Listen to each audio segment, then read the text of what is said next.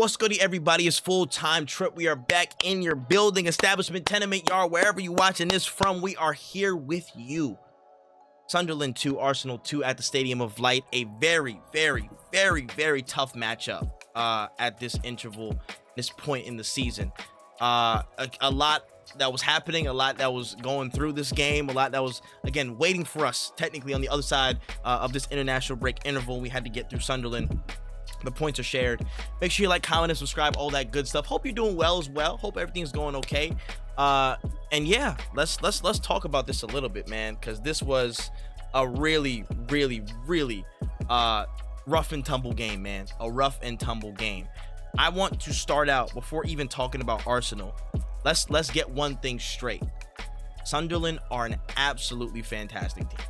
Let's not even mince those words. Let's not take nothing away from them. And I don't think anybody has any grounding to take anything away from them, despite whatever stature, blah, blah, blah, that you may think. You know what I'm saying? Like, they are a fantastically drilled team. They have some great structure, great mentality, great poise in a lot of moments, man. They're a good team. They're a good team. Labrie is coaching a lot of these like really good players. There are some really good players in there. I take my hat off. You know what I'm saying? I take my hat off, and you got to call a spade a spade. They had a game plan. They stuck to it, and the way that they relentlessly stuck to that game plan in the press, in the diligence in their block, and finding the moments to harry us and just provide problems in set piece situations.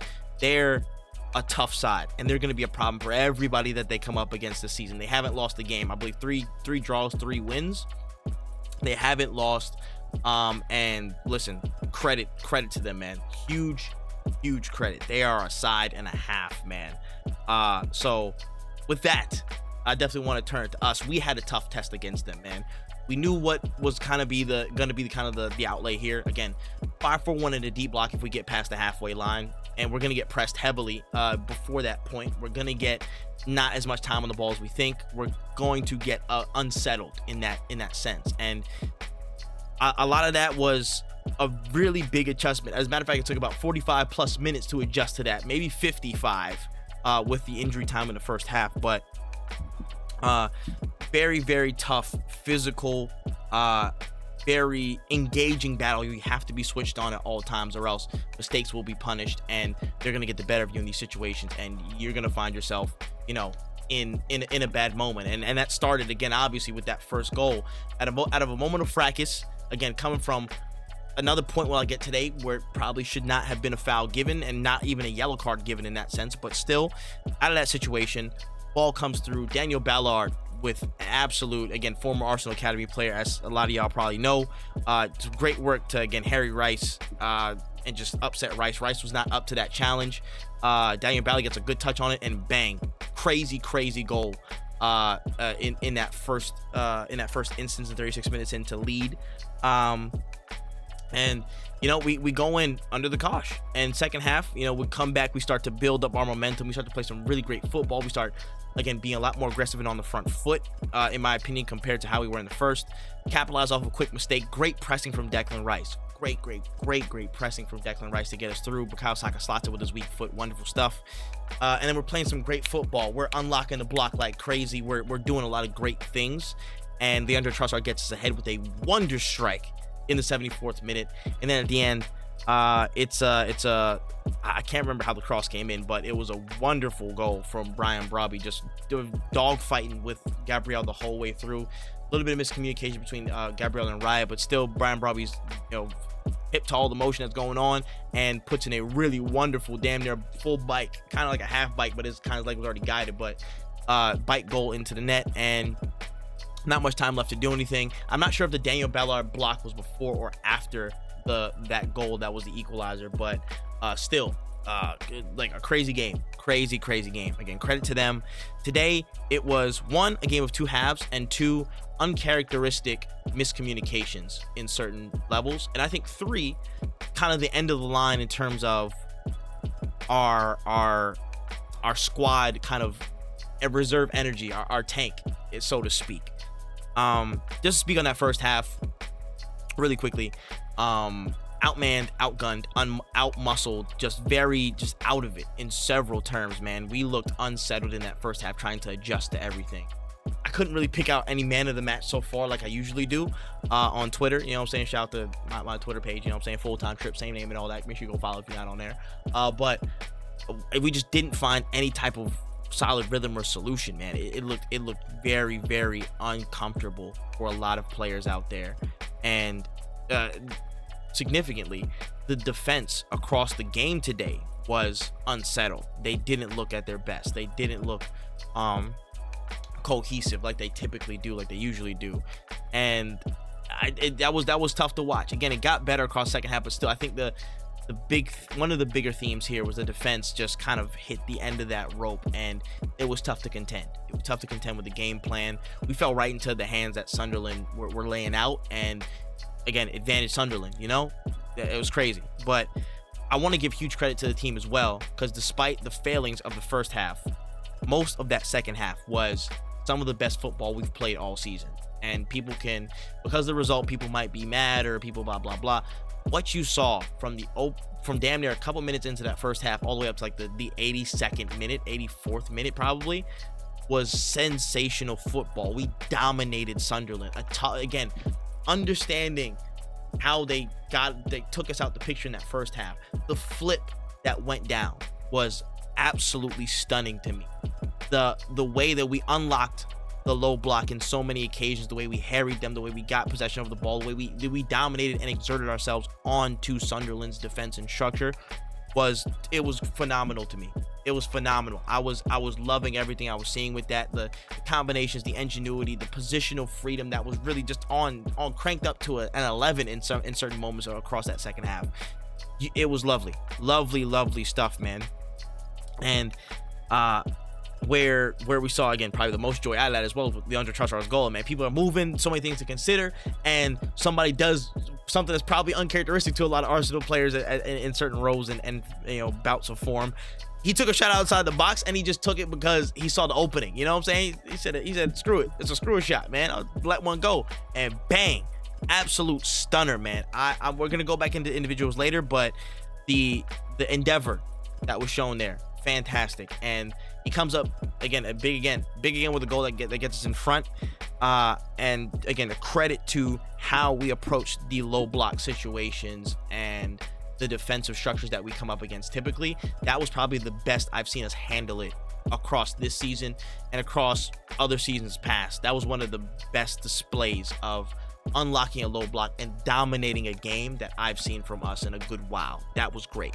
What wasn't so great, again, was the miscommunication, little mistakes from the back line, and unfortunately, the moments where the tank kind of ran out. And this is where things start to get a little bit dicey, and this is where we have to call a spade and say, yo, listen, we've ran the depth and we squeeze as much value and utility out of these lineups and the team, despite all the injuries that we have, as we could.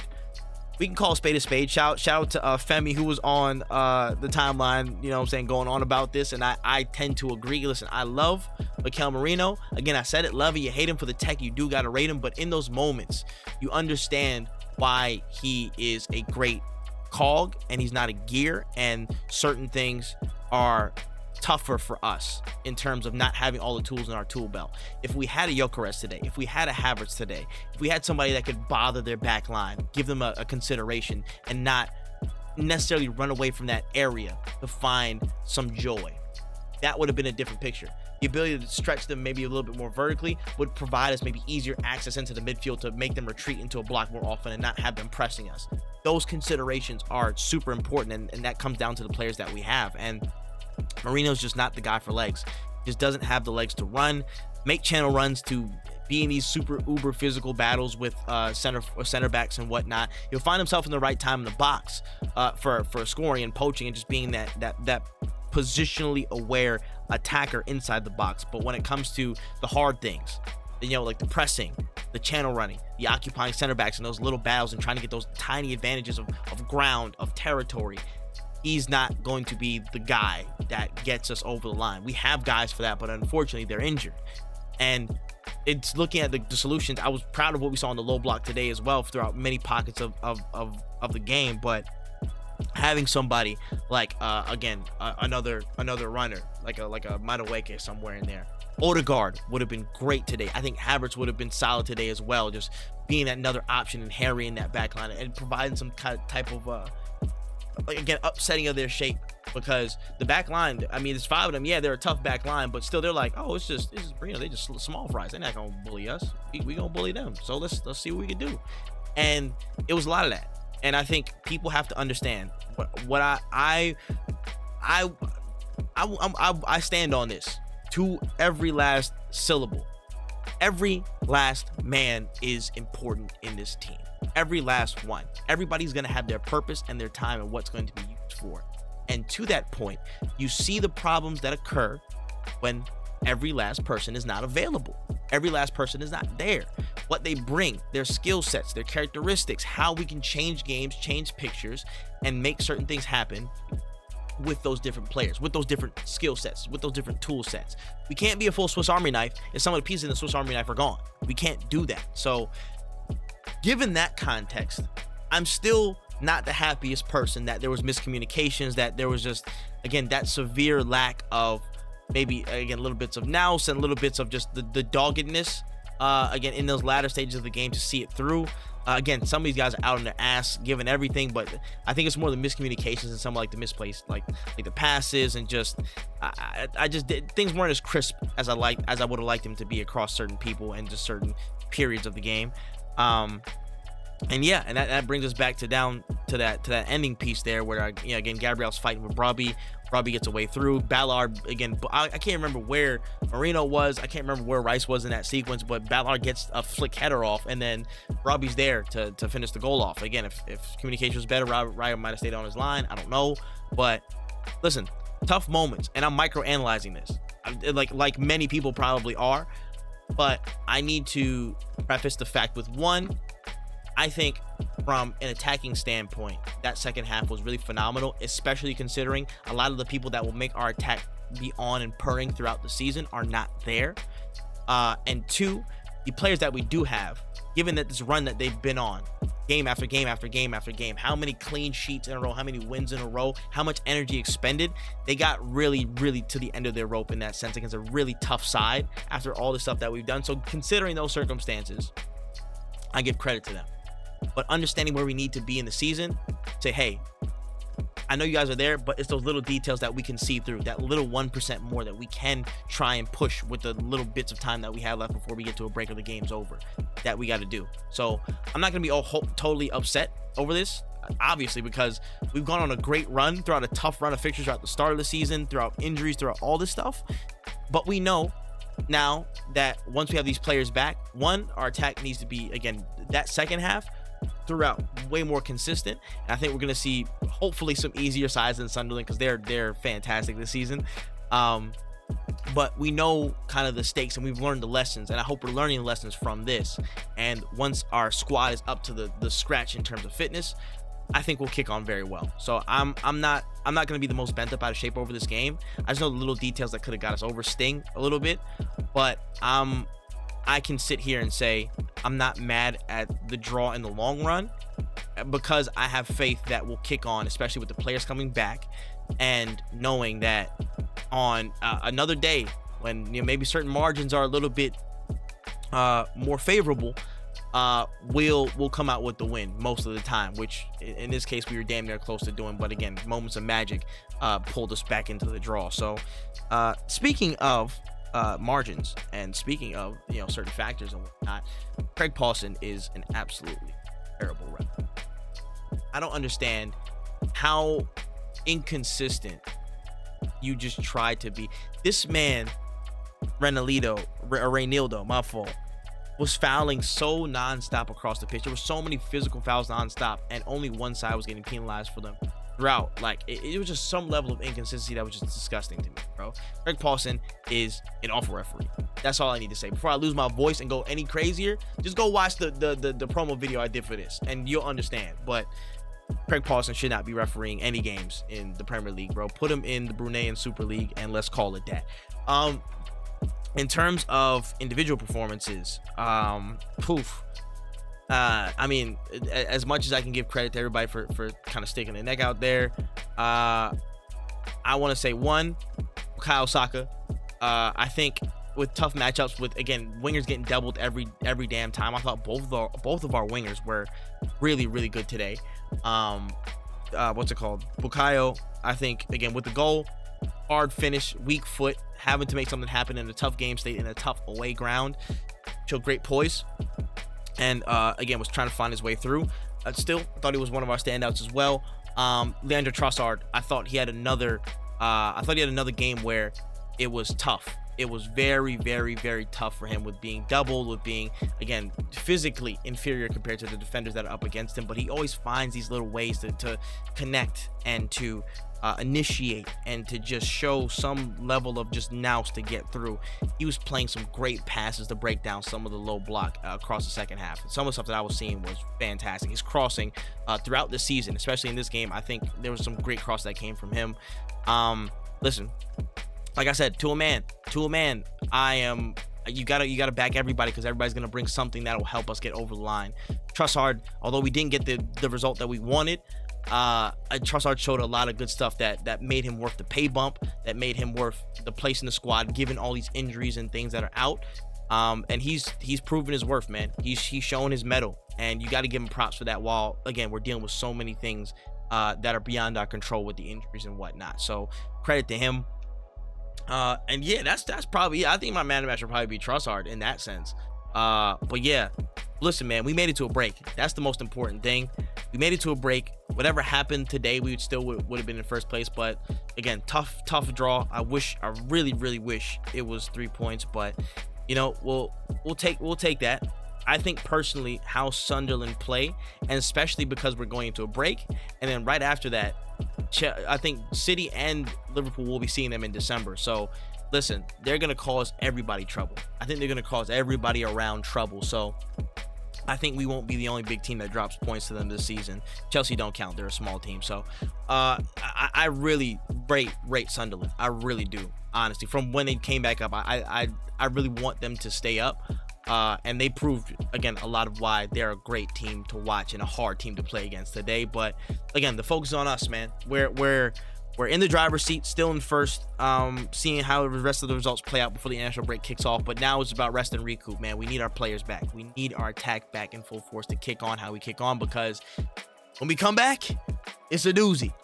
North London derby, Bayern Munich, Chelsea out the gate, and we got to be ready, man. But a lot of stuff to come. I'm still grateful. I'm still happy about the run that we've been on so far, considering all the circumstances, bruh.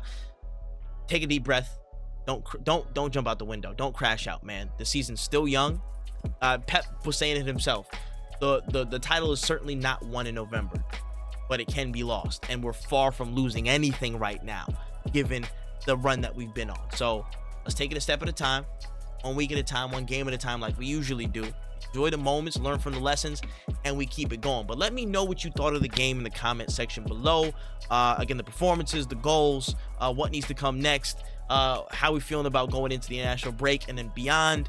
Let me know in the comment section below. But I have to rest my voice because so much has happened, and I have a headache. I have a headache. I'm gonna keep it a stack bundle. I almost went blind off of some of these goals that we're going through.